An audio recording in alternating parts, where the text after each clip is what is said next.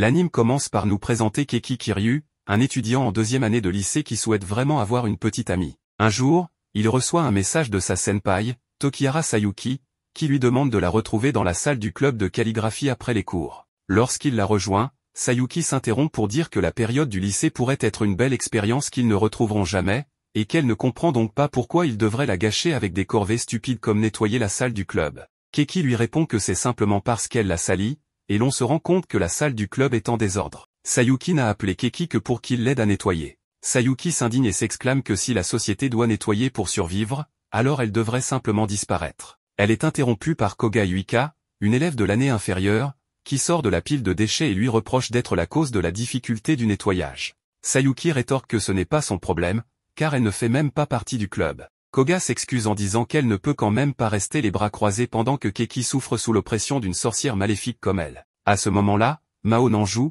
une camarade de classe de Keki, les interrompt en se plaignant qu'elle ne cesse de se disputer et n'aide pas du tout à nettoyer. Mao leur ordonne de commencer à nettoyer, car elle veut rentrer chez elle rapidement et trouve gênant d'avoir à aider au nettoyage. Keki la rassure et l'informe qu'il a amené une aide puissante, sa petite sœur, Mizuha Kiryu, qui semble avoir une grande passion pour le nettoyage et se réjouit de voir autant de déchets dans la salle du club. Avec l'aide de tout le monde, la salle est impeccable en peu de temps, et Keki félicite sa sœur pour son aide. Il sourit et explique qu'il apprécie vraiment tous les moments passés à travailler dur ensemble, se couvrant d'encre et formant une équipe. Il demande alors si ce n'est pas un beau moment de jeunesse, et toutes les filles s'arrêtent pour y réfléchir, étant d'accord avec lui. Sayuki propose alors de finir de ranger, mais Keki remarque les cernes sous ses yeux et suppose qu'elle a travaillé sur sa présentation pour le concours sans dormir. Keki parvient à la convaincre de le laisser terminer de ranger et demande à toutes les filles de rentrer chez elle. Keki quitte la salle quelques instants pour se débarrasser des déchets, et en revenant, il est surpris de voir une lettre accompagnée d'un mystérieux vêtement. En ouvrant la lettre, il découvre qu'il s'agit d'une déclaration d'amour qui lui est adressée. Cela le remplit de joie, car l'amour est enfin entré dans sa vie, et il est temps de mettre fin à sa vie solitaire et sans joie. Cependant, la lettre n'a pas de signature, et en examinant le vêtement, Keki est horrifié de découvrir qu'il s'agit en réalité d'une culotte. Toute la nuit, Keki passe son temps à réfléchir à la signification possible de la culotte, et le lendemain, il en parle même à Shuma Akiyama, son meilleur ami. Mais Shuma n'a aucune idée de ce que cela signifie, et il ne fait que commenter que tout cela semble un peu immature pour quelqu'un de leur âge. Keki est d'accord et se demande si elles ont peut-être été laissées par accident, comme une Cendrillon maladroite. Shuma suggère d'appeler cette mystérieuse fille Cendrillon puisqu'elle a laissé ses sous-vêtements à la place de sa chaussure. Keki rétorque que c'est un nom horrible, mais Shuma lui souhaite bonne chance dans sa recherche. Il l'aide en lui expliquant que, puisque la lettre était dans la salle de son club, cela réduit la liste des suspects, laissant entendre que Cendrillon fait probablement partie de l'équipe de nettoyage, ce qui signifie que cela pourrait être Sayuki, Koga, Mao, ou même Mizuha, sa petite sœur. Keki exclut Mizuha de la liste des suspects pour des raisons évidentes, donc le doute reste parmi les 3 premières filles. Keki décide d'aller rendre la clé de la salle du club en pensant que personne n'est entré dans la salle après qu'il l'ait fermée, donc il pourrait peut-être chercher des indices là-bas. Cependant, en chemin, Sayuki le croise et lui dit qu'elle se chargera de rendre la clé. Keki reste pensif et pense que si Sayuki est Cendrillon, alors la clé doit être un sujet de préoccupation pour elle, ce qui pourrait la faire réagir. Keki lui rend la clé, mais Sayuki remarque les cernes sous ses yeux et l'invite à faire une sieste dans la salle du club. Keki rougit et refuse son offre, car il accourt, ce à quoi Sayuki répond que c'est dommage, car elle pensait se joindre à lui. Peu après, Keki se réunit à la bibliothèque avec Koga et la remercie d'avoir aidé à nettoyer la salle du club la veille. Koga répond qu'il est important pour elle de l'aider, puisqu'il fait partie de la bibliothèque, et cela lui fait plaisir de lui être utile. Keki lui demande si elle pourrait l'aider à nouveau un jour, ce à quoi Koga accepte sans problème. La voyant agir avec tant de naturel, Keki pense qu'il est peu probable que Koga soit Cendrillon. Mais juste à ce moment-là, Koga le regarde et lui demande de manière inattendue s'il aime les gros seins. Elle explique qu'elle pensait qu'il avait peut-être rejoint le club de calligraphie juste à cause de la poitrine généreuse de Sayuki, mais Keki nie cela complètement et lui demande pourquoi elle a tant de mal à s'entendre avec Sayuki. Koga répond simplement que les filles aux poitrines plates comme elles sont naturellement les ennemies des filles avec des poitrines généreuses, et que Sayuki est très jolie et charmante, donc le fait qu'elle ait une grosse poitrine rend les choses encore plus injustes. Keki répond simplement qu'il est d'accord avec elle, ce qui met Koga en colère. Elle dit alors que cela signifie qu'il aime les gros seins, et elle coince Keki avec un gros livre sur l'une des étagères avant de partir. Elle lui fait remarquer que les filles ne font pas de choses cruelles aux garçons qui ne les intéressent pas, ce qui laisse Keki très confus malgré l'indice clair. Peu après, lors d'un match de basket, Keki raconte à Shuma ce qui s'est passé avec Sayuki et Koga. Shuma lui dit simplement que ça ne le surprendrait pas que l'une d'elles soit Cendrillon. Pendant le match, Keki remarque à quel point Shuma est populaire auprès des filles et dit qu'il l'envie, car les filles n'ont aucune raison de s'intéresser à lui. Shuma lui demande alors pourquoi il est toujours aussi gentil avec Sayuki et Koga. Keki répond naturellement que, s'il voit une fille en difficulté, il est normal de l'aider. Shuma lui dit que c'est précisément la raison pour laquelle les filles ont certainement des raisons de s'intéresser à lui. Keki reste pensif au milieu du match, et à ce moment-là, il remarque que Mao le regarde clairement en rougissant. Mais cela le distrait, et il est soudainement assommé par le ballon de basket, ce qui le laisse inconscient. Lorsqu'il se réveille, il est surpris de voir Mao assise à côté de lui dans l'infirmerie. Mao s'excuse en disant qu'elle s'ennuyait simplement et c'est pourquoi elle l'accompagne, bien que les cours soient déjà terminés. Mao lui demande s'il était distrait par quelqu'un qui l'intéressait pendant le match, et à ce moment-là, Keki en profite pour lui demander si elle le soutiendrait s'il était intéressé par quelqu'un.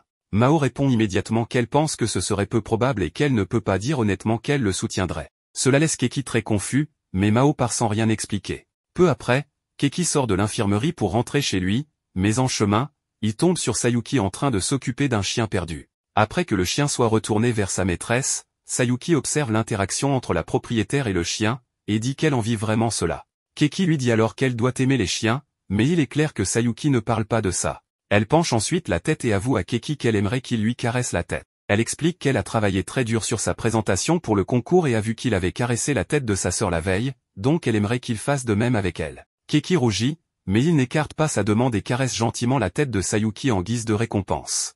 À sa grande surprise, Sayuki embrasse sa joue en disant que c'est une petite récompense pour être toujours aussi gentil. De retour chez lui, Keki trouve sa sœur en train de préparer le dîner, et il en profite pour lui demander si elle sait qui a été la dernière à quitter la salle du club après le nettoyage.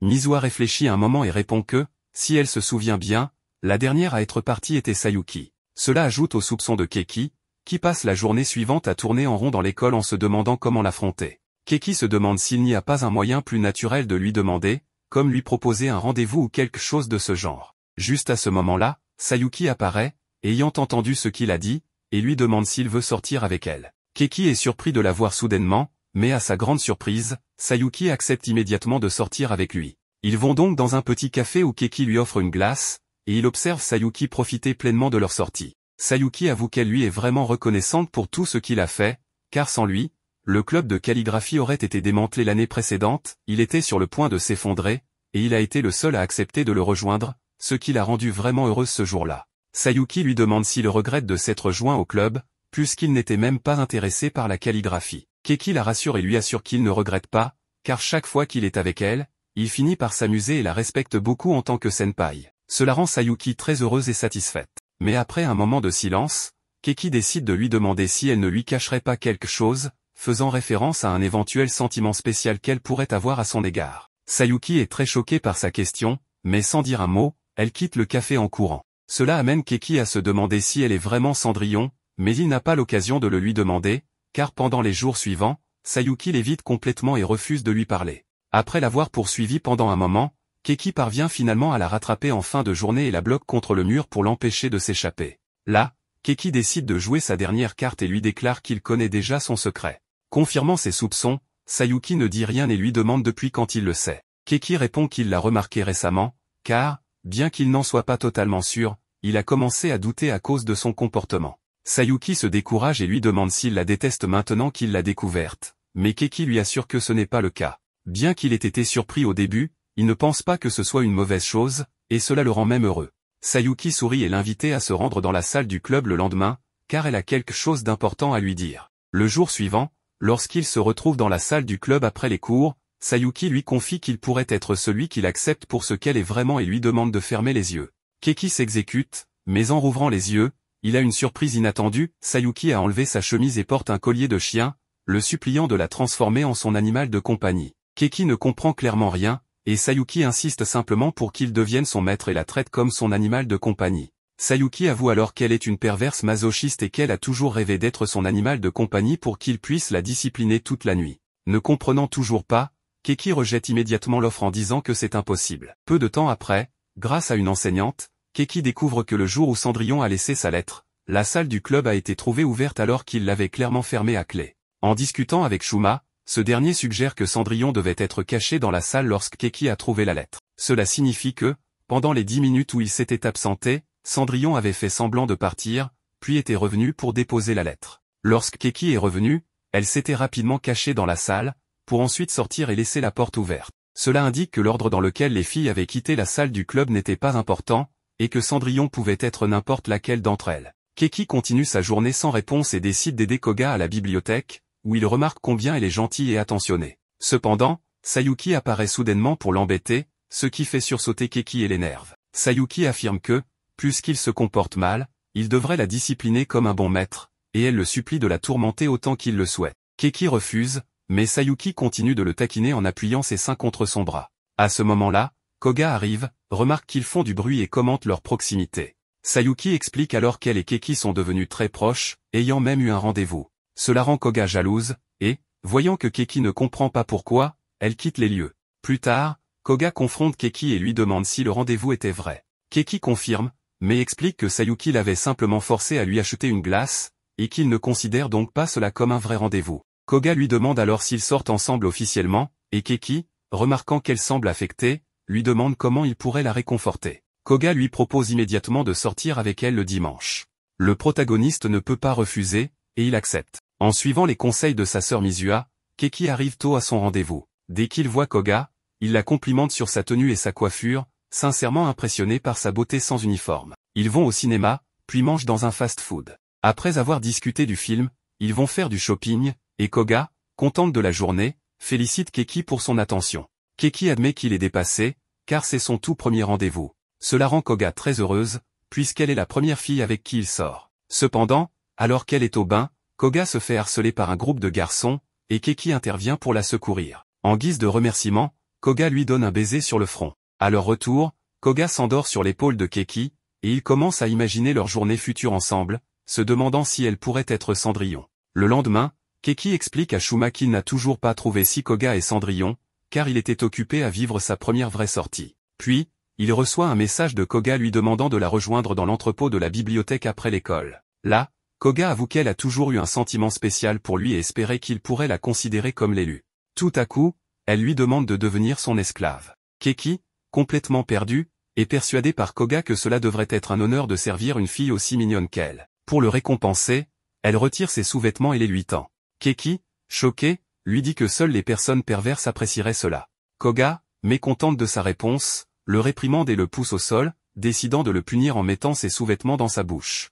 Koga est très excitée par la situation, mais, avant d'aller plus loin, elle s'aperçoit que Keki s'est simplement évanouie. Le lendemain matin, Keki se réveille terrifié après avoir fait un cauchemar au sujet de ce qui s'est passé. Il retourne à l'école, pensif, car ni Koga ni Sayuki ne semblent être Cendrillon.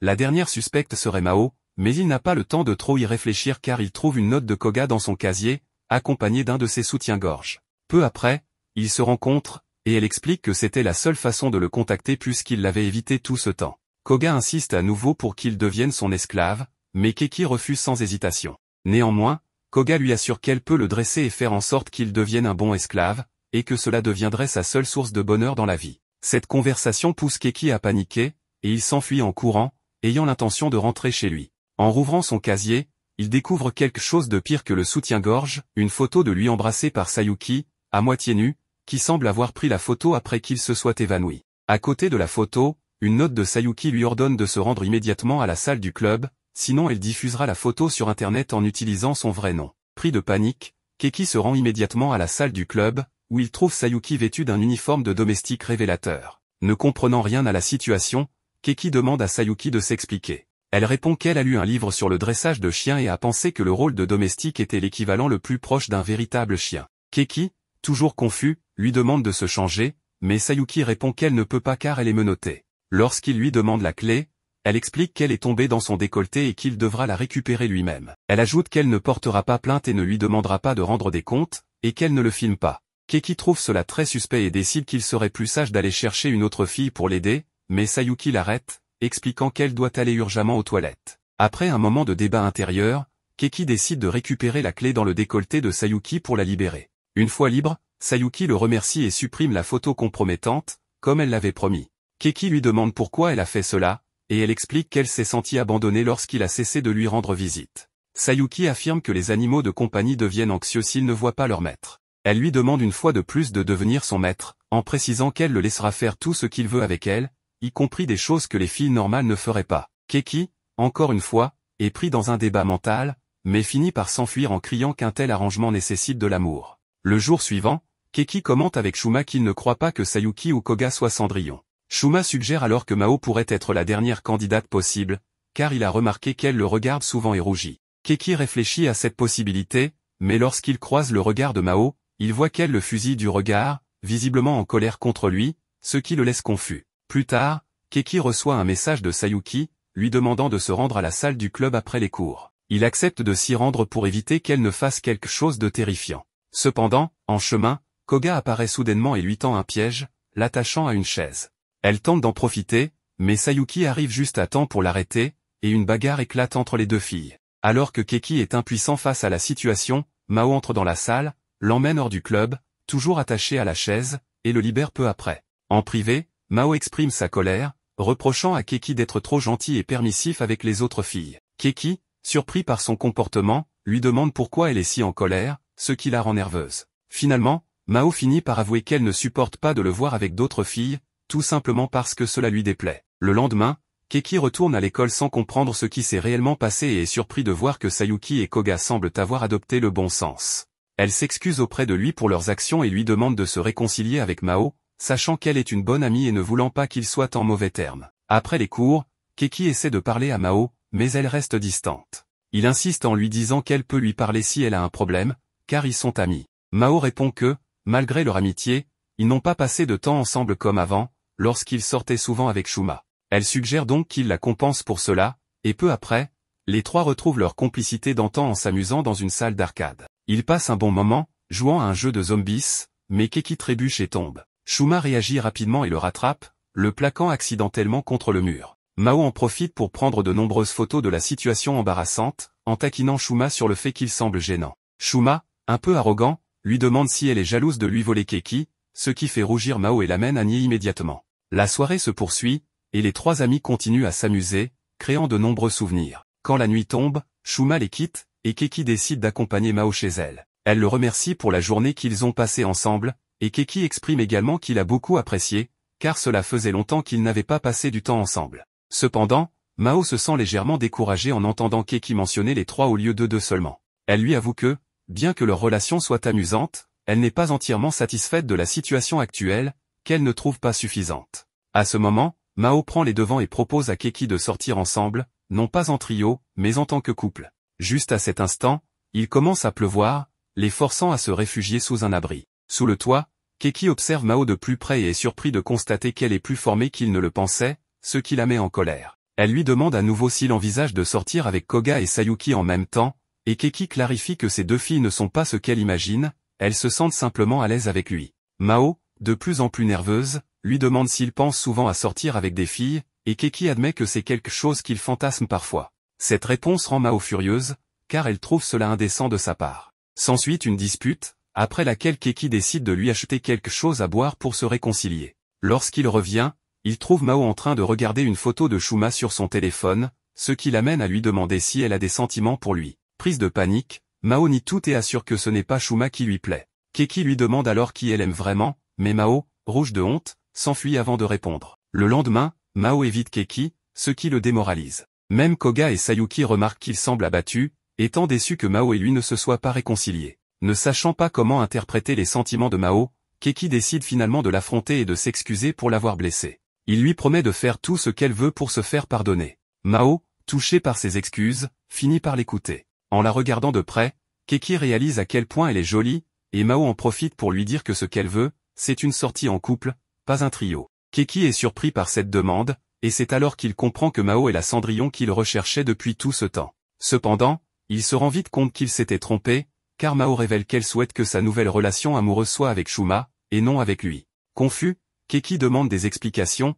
et Mao dévoile alors qu'elle est ce qu'on appelle une fujoshi ou une fille qui aime les histoires d'amour entre hommes. Elle présente à Keki le manga qu'elle dessine, où les protagonistes ressemblent étrangement à lui et Shuma. Keki, abasourdi, demande des explications supplémentaires. Mao explique qu'elle a passé du temps avec eux pour s'inspirer de leur complicité pour son manga. Bien que d'abord contrarié, Keki finit par respecter le passe-temps de Mao, mais il lui demande d'arrêter de les utiliser comme modèle. Mao refuse, affirmant que ses lectrices attendent impatiemment la suite de son histoire. Elle révèle que son manga est très populaire et lui demande de sortir avec Shuma, au moins pour le bien de son œuvre. Keki refuse catégoriquement, mais Mao insiste qu'elle fera tout pour l'empêcher de sortir avec une fille, car cela nuirait à l'inspiration de son travail. Abattu, Keki rentre chez lui, sachant maintenant que Mao n'est pas la véritable Cendrillon. Toutefois, lorsqu'il ouvre son casier, il est horrifié de découvrir une photo de lui en train de mettre sa main dans le décolleté de Sayuki. À côté de la photographie, on trouve une lettre d'une personne anonyme qui convoque immédiatement Keki au club d'astronomie, le menaçant de mettre en péril sa dignité s'il n'obéit pas. Cela signifie clairement qu'ils publieront la photo s'il ne s'y rend pas immédiatement. Keki se dépêche donc de s'y rendre et, à son arrivée, il découvre une salle sombre remplie de photographies. Là, il rencontre Koharu, une petite fille qui lui promet de supprimer la photo s'il fait ce qu'elle lui demande. Koharu avoue qu'elle ne savait pas quoi faire, alors elle n'a eu d'autre choix que de le faire chanter, car ses émotions débordent. Keki est surpris par ses paroles et se demande si elle pourrait être sa Cendrillon. Koharu finit par confesser qu'elle est amoureuse. Enthousiasmé, Keki lui propose immédiatement de se marier, mais à sa grande déception, Koharu précise qu'elle est en réalité amoureuse de Shuma. À ce moment, Keki réalise que toute la salle du club est remplie de photos de Shuma, révélant que Koharu est une stalker. Peu après, Koharu emmène Keki dans un café et explique qu'elle aime Shuma, mais que c'est un amour à sens unique, bien que cela soit évident. Elle demande donc à Keki de l'aider et d'être un pont entre elle et Shuma, car il est la personne la plus proche de Shuma.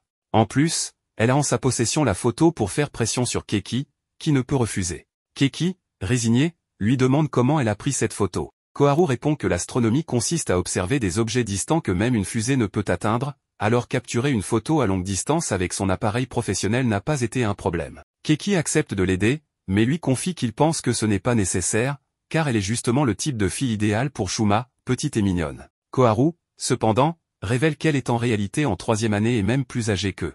Keki est stupéfait par cette révélation et se retrouve en conflit, car Shuma aime les filles plus jeunes. Par moments, il envisage d'abandonner, mais Koharu le menace à nouveau avec la photo. De retour chez lui, Keki réfléchit à une solution. En chemin, il croise Mizuha, qui a fait toutes les courses pour la maison. Pour la remercier, Keki lui achète une glace. Ils discutent, et Mizuha lui raconte que Koga et Mao ont rejoint le club de calligraphie juste pour être plus proches de lui. Mizuha dit que, même s'il y a beaucoup de monde dans le club, Sayuki apprécie encore beaucoup Keki et serait triste s'il partait. Elle ajoute qu'elle-même serait triste s'il quittait sa famille, car personne ne lui achèterait de glace. Keki lui assure qu'il ne quittera jamais sa famille, et ils rentrent ensemble. Le lendemain, Keki met en place un plan et organise une rencontre entre Shuma et Koharu, cachant les détails de l'uniforme de Koharu qui pourrait révéler qu'elle est en 3e année. Il la fait passer pour une élève de 1re année, et tout se déroule bien, Koharu et Shuma échangent leurs numéros, et Keki prend même une photo d'eux. Koharu est satisfaite et remercie Keki, promettant de chérir cette photo. Malgré ce succès, Keki reste troublée et continue de se demander qui pourrait être sa Cendrillon. Au lendemain, Koharu remarque qu'il est démoralisé et lui demande pourquoi. Keki lui parle de sa théorie sur Mao, Koga ou Sayuki, mais explique qu'elles se sont toutes révélées être des perverses. Koharu suggère que Cendrillon pourrait être une personne extérieure qui s'est cachée après l'arrivée imprévue de Keki dans la salle du club. Pour avancer, Keki décide de chercher des témoins. En chemin, il rencontre Ayano Fujimoto, la vice-présidente du conseil des élèves. Juste à ce moment-là, Ayano trébuche et tombe dans les escaliers. Keki réagit rapidement et amortit sa chute avec son propre corps. Ayano, indemne, le remercie chaleureusement pour son intervention. Cependant, elle se met étrangement à rougir et lui demande de rester près d'elle un peu plus longtemps. Après cette étrange rencontre, Keki décide de poursuivre sa recherche de témoins. Il demande à sa professeure si elle a vu d'autres élèves ce jour-là. À sa surprise, celle-ci lui répond que la seule élève qu'elle a vue était justement Ayano Fujimoto. Peu après, Keki est pensif face à cette information et sursaute quand Ayano apparaît soudainement et lui parle. Elle lui explique qu'elle voulait le remercier de l'avoir sauvé et, en signe de gratitude, lui offre des biscuits faits maison. Keki les goûte et les trouve vraiment bons, mais sursaute à nouveau quand Ayano s'approche trop près de lui. Nerveux, Keki s'éloigne d'elle en lui disant qu'il se fait tard et qu'il devrait retourner en classe. Ayano n'est pas d'accord, mais avant de se séparer, elle décide soudainement d'enlacer Keki, disant qu'elle a besoin de se recharger pour continuer sa journée. Plus tard, Keki retrouve Koharu qui a utilisé ses talents de stalker pour enquêter sur Ayano. Koharu l'informe qu'elle n'a remarqué aucun comportement étrange, admettant qu'Ayano n'est pas une très bonne élève. Cependant, ils ne peuvent ignorer l'anomalie que représente son soudain rapprochement avec Keki. Koharu suggère qu'elle pourrait être Cendrillon, puisqu'en tant que vice-présidente du conseil des élèves, une partie de son travail consiste à visiter le bâtiment où se trouve le club de Shodo. Keki remercie Koharu pour ces informations, précisant qu'il continuera lui-même à enquêter sur Ayano. Peu après, il se rend à la salle du club de Shodo et tombe à nouveau dans un des pièges de Koga. Celle-ci le réprimande pour avoir fait des choses indécentes dans ses rêves, mais lors d'une attaque surprise, Keki finit par toucher sa poitrine en essayant de se dégager. Ayano entre alors dans la salle du club pour faire un audit et, pendant son inspection, mentionne à Keki qu'elle a besoin de volontaires pour ramasser des déchets en ville. Keki y voit une bonne opportunité d'enquêter sur Ayano et se porte volontaire. Sayuki, qui entend la conversation, se joint à eux car elle ne veut pas laisser Keki seule avec une fille. Tous les trois ramassent les déchets dans des espaces verts séparément, mais Sayuki cherche Keki et lui demande de l'aide pour un déchet prétendument trop lourd pour elle. Quand Keki la suit, il réalise que c'est un piège. Sayuki voulait simplement l'éloigner d'Ayano, expliquant que les chiens deviennent jaloux quand leur maître passe du temps avec d'autres. Soudain, Sayuki coince Keki, le lèche et laisse son odeur sur lui pour marquer son territoire. Désespéré, ne sachant pas comment s'en débarrasser, Keki se souvient du chien qu'il avait dans son enfance et du conseil de son grand-père qui disait que pour calmer un chien, il fallait lui caresser l'arrière-train.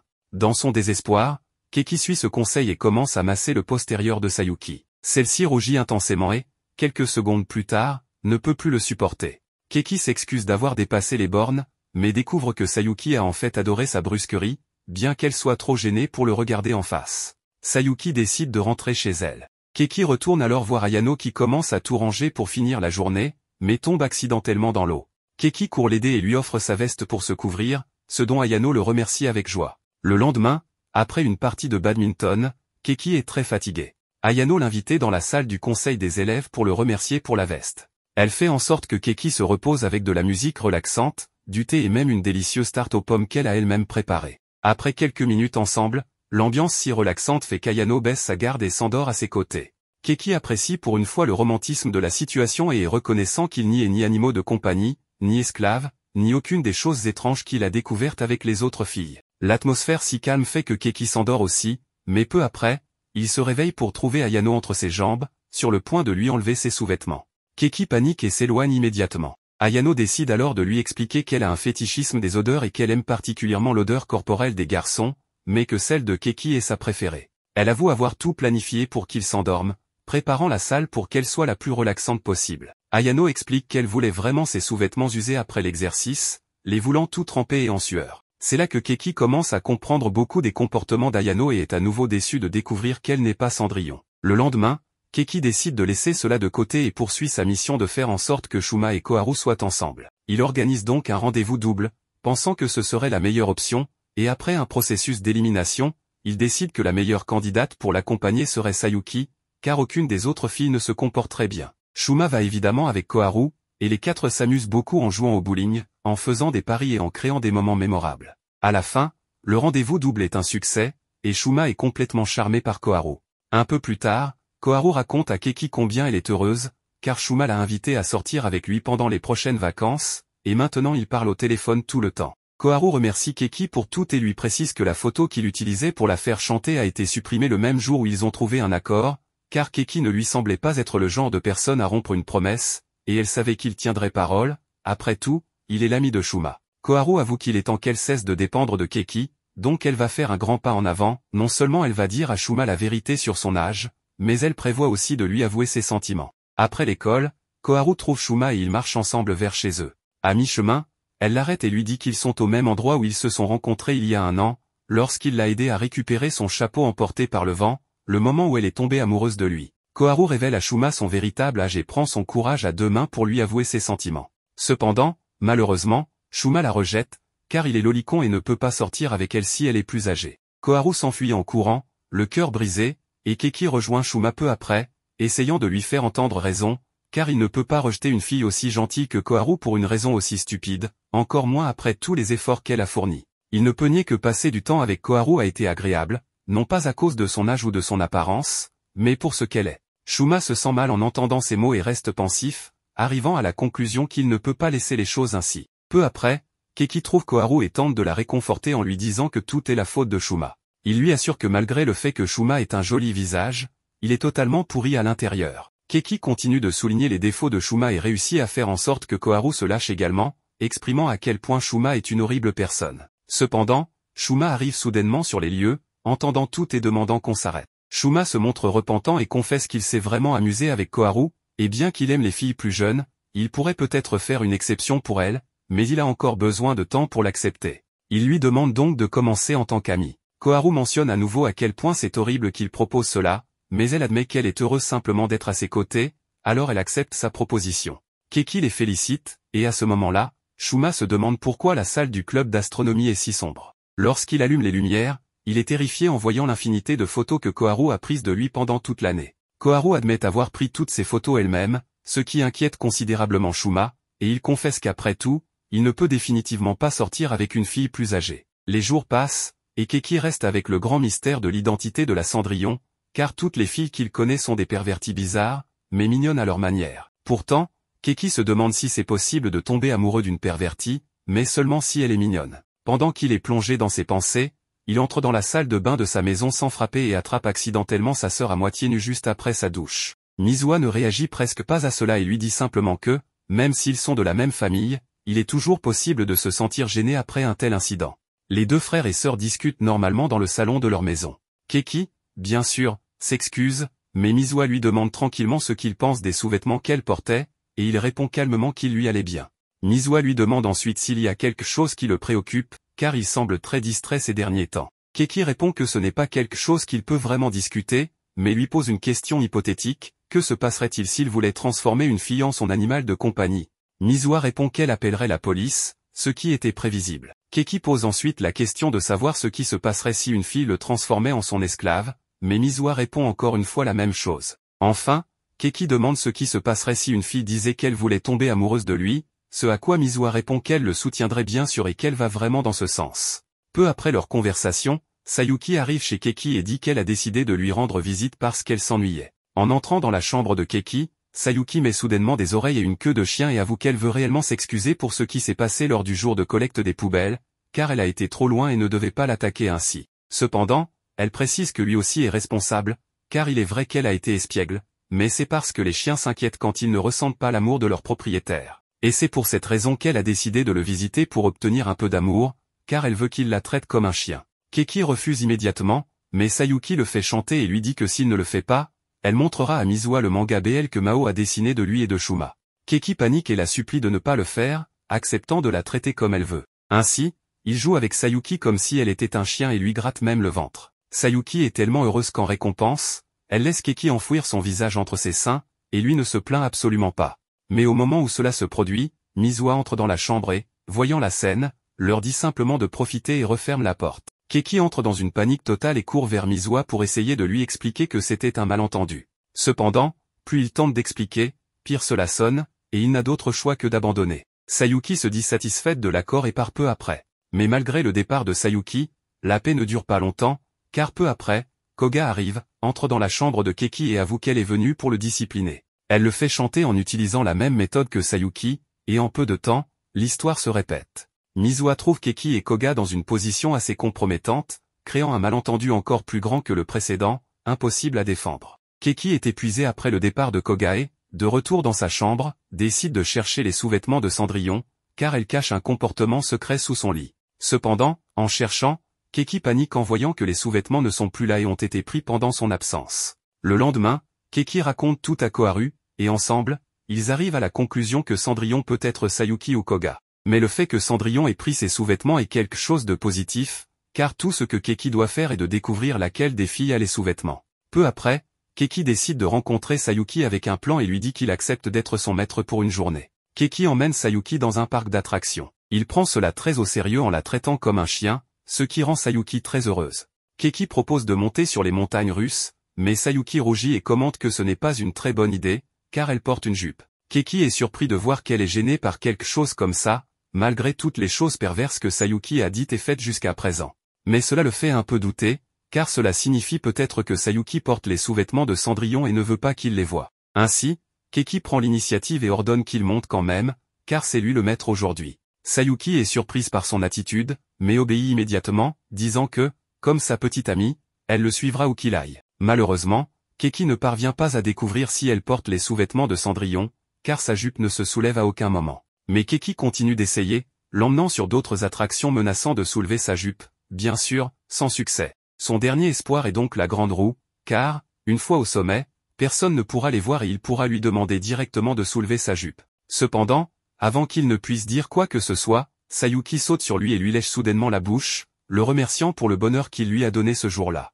Cela fait perdre son sang-froid à Keki, si bien qu'il ne parvient à rien faire pendant le reste de l'attraction. À la fin de la journée, ils rentrent ensemble chez eux, mais avant de se dire au revoir, Keki se rend compte que c'est sa dernière chance. Il lui demande donc directement de soulever sa jupe, malgré le fait qu'il soit dans la rue. Sayuki est embarrassée et hésite beaucoup, mais après quelques secondes tendues, elle soulève sa jupe devant lui. Juste à ce moment-là, Keki est complètement choqué lorsqu'il voit que Sayuki ne porte absolument rien sous sa jupe. Le lendemain, il retourne à l'école comme d'habitude, mais Sayuki se comporte maintenant de manière très timide devant Keki, ce que même Koga ne remarque pas. Malgré tout, Keki lui dit qu'il ne comprend pas pourquoi elle agit ainsi, mais Koga décide de la mettre à l'épreuve et essaie de rendre Sayuki jalouse en s'approchant trop de Keki. Sayuki est visiblement de plus en plus perturbée, mais elle se force à ne pas réagir, écrivant le mot patience sans cesse sur la table. Mais lorsque Koga saute sur Keki, Sayuki perd enfin son calme et court hors du lieu. Keki tente de la suivre, mais Sayuki l'ignore totalement. À cause de cela, Keki raconte à Koharu et Shuma ce qui s'est passé, en disant qu'il ne sait pas si Sayuki est contrarié parce qu'il l'a forcé à soulever sa jupe. Koharu se contente de dire que Keki doit vraiment aimer Sayuki, car son esprit semble être rempli de soucis à son sujet. Cela laisse Keki pensif, car il voulait simplement retrouver son sourire. Keki se remplit de détermination et décide de parler directement à Sayuki pour savoir quel est le problème. Lorsqu'il la voit, Sayuki avoue qu'elle a atteint ses limites, disant qu'elle s'est donnée pour lui mais qu'elle ne peut plus supporter cela. Sayuki lui dit que dernièrement, il a été trop proche de Koga et a passé tout son temps avec elle, la laissant de côté, ce qui est tout simplement cruel. De plus, le jour de leur rendez-vous au parc d'attractions, il est parti sans rien faire. Sayuki avoue qu'elle était totalement prête à recevoir une punition appropriée pour être allée au rendez-vous sans sous-vêtements et qu'elle comptait même là-dessus, mais il n'a rien fait et a au contraire concentré son attention à rendre Koga jalouse. Keki réalise alors que Sayuki agissait ainsi uniquement parce qu'elle pensait qu'il jouait à faire le difficile. Après tout, il ne devait pas se faire tant de soucis, mais au moins maintenant, il peut se concentrer sur son objectif principal, découvrir l'identité de Cendrillon. Comme Sayuki est la principale suspecte, Keki décide de lui demander directement si c'est elle qui a pris la lingerie de sa chambre le jour où il est allé chez elle. À sa grande surprise, Sayuki admet qu'elle l'a fait, disant qu'elle ne peut plus le cacher. Cela surprend énormément Keki, car il a enfin coincé Cendrillon. Sayuki avoue la vérité sans hésiter et lui fait savoir qu'elle les porte même en ce moment. Cependant, lorsqu'elle soulève sa jupe, Keki découvre qu'elle porte en réalité les boxeurs de Keki. Keki est perturbée de voir Sayuki porter ses sous-vêtements, ce à quoi elle explique que porter des sous-vêtements d'homme lui procure un étrange et immoral plaisir. De plus, elle se sentait très triste quand il la laissait seule, alors elle voulait ressentir la chaleur de son maître d'une manière ou d'une autre. Keki abandonne, car Sayuki n'est pas Cendrillon, mais simplement une perverse. Au moins, elle est revenue à la normale. Keki décide de quitter l'école, mais il se retrouve avec Koga qui l'attend à l'entrée, car il pleut beaucoup et elle n'a pas de parapluie. Bien que leur maison soit dans des directions opposées, Keki accompagne Koga chez elle, partageant son parapluie. En attendant que la pluie cesse, Koga invite Keki chez elle et décide de lui préparer un thé chaud. Pendant qu'ils sont dans la chambre de Koga, Keki voit cela comme une occasion en or de découvrir si Koga est Cendrillon. Pendant que Koga prépare le thé, Keki en profite pour chercher les sous-vêtements de Cendrillon dans sa chambre. Il fouille parmi tous les sous-vêtements de Koga et, bien sûr, Koga le prend en flagrant délit. Non seulement ça, mais elle prend aussi une photo pendant qu'il le fait. Koga ne perd pas l'occasion de le faire chanter et lui demande une fois de plus s'il va devenir son esclave. Cette fois, il ne peut pas dire non. Le lendemain à l'école, Koga ne se retient pas de faire des demandes sans fin, et Keki accepte chacune d'elles, ce qui enrage clairement Sayuki, qui lui demande pourquoi il se donne autant de mal pour s'occuper de Koga. Keki décide simplement d'être honnête et confesse qu'il s'est retrouvé à devenir l'esclave de Koga après que certaines choses se soient passées. Sayuki commente que Koga doit sûrement le manipuler, car il est impossible que Keki soit séduit par de petits seins comme les siens. Sayuki insiste sur le fait qu'une relation construite sur le chantage n'a aucune valeur, et c'est laquelle et Koga commence à se disputer pour savoir qui est la plus proche de Keki. Les jours suivants, Keki continue de servir Koga comme son esclave, allant même chez elle le dimanche, vêtu en majordome. Un jour, il sort habillé ainsi pour l'accompagner faire des courses, attirant tous les regards des passants. De retour chez lui, Koga décide de prendre un bain, ce qui donne à Keki l'occasion de continuer sa recherche des sous-vêtements de Cendrillon. Mais avant qu'il ne fasse quoi que ce soit, Koga l'avertit que s'il essaie de l'espionner ou de regarder sous ses sous-vêtements à nouveau, il sera condamné à vie. Keki n'a d'autre choix que de rester tranquille et attendre. Cependant, quelques minutes plus tard, il entend Koga crier dans la salle de bain.